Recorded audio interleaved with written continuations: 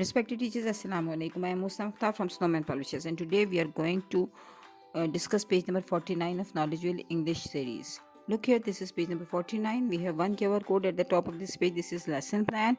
You can scan it, and the page is about STEAM activity.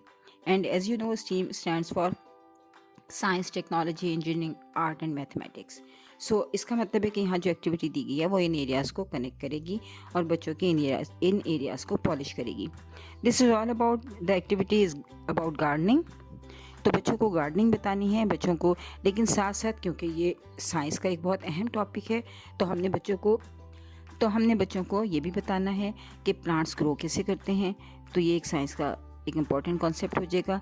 साथ साथ हम उनको ये बताएंगे कि पौधे को ग्रो करने के लिए सनलाइट, पानी और किस तरह से क्या एनवायरनमेंट ज़रूरी है। और जब हम मुख्तलिफ जो बच्चों से काम करवाएंगे तो इसमें इंजीनियरिंग, आर्ट्स और मैथमेटिक्स को भी इस्तेमाल करेंगे।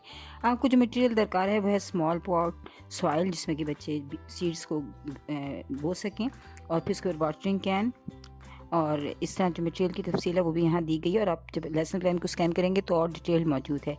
तो बच्चों को सबसे पहले साइंस के इस कॉन्सेप्ट के बारे में कि प्लांट ग्रोथ कैसे करते हैं आपने बच्चों को बताना है। बच्चों को पिक्चर्स की मदद से, बच्चों को रियल लाइफ एग्जांपल्स की मदद से किसी गार्डन में ले जाके आपने बच्चों को बताना है कि प्लांट ग्रो करते हैं। जब हम सीड्स को सॉइल में डालते हैं तो जो और पानी देते हैं तो पानी और जो सूरज की रोशनी है वो मिलकर प्लांट को ग्रो करने में मदद देती है। और बच्चों को ख़ास तौर पे ये शेड्यूल बनवाना है डेली वाटरिंग का, और बच्चों से कहना है कि वो गौर करें कि सनलाइट का एक्सपोजर कितना है, बहुत ज़्यादा तो नहीं है, कम है, प्लॉट को कहाँ रखा जाना चाहिए।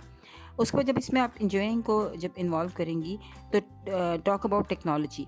मसलन अगर आप एक छोटी सी वीडियो जो है वो गार्डनिंग के हवाले से दिखा सकती हैं जिसकी मदद से बच्चे गार्डनिंग भी सीखें और साथ साथ वो प्लांट की ग्रोथ को भी ऑब्जर्व कर सकें।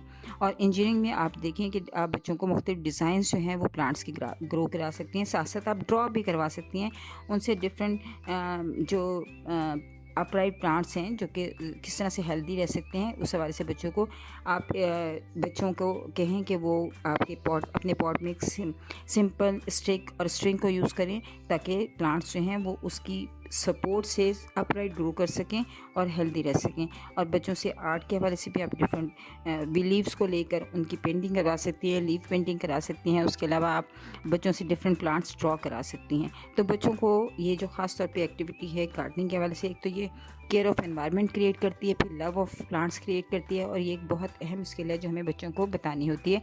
क्योंकि एनवायरमेंटल जो आजकल एक इशू है उसकी वजह से बच्चों को ये समझाना बहुत ज़रूरी है कि हमारे इर्द गिर्द के जो माहौल है उसमें प्लांट्स की किस कदर अहमियत है और हमें प्लांट्स को, एनिमल्स को कितनी ज़्यादा केयर की ज़रूरत होती है। और हम ज़िम्मेदार हैं कि अपने इर्द गिर्द मौजूद प्लांट्स की और एनिमल्स की देखभाल करें और उनको जो है वो ग्रो करने में मदद दें।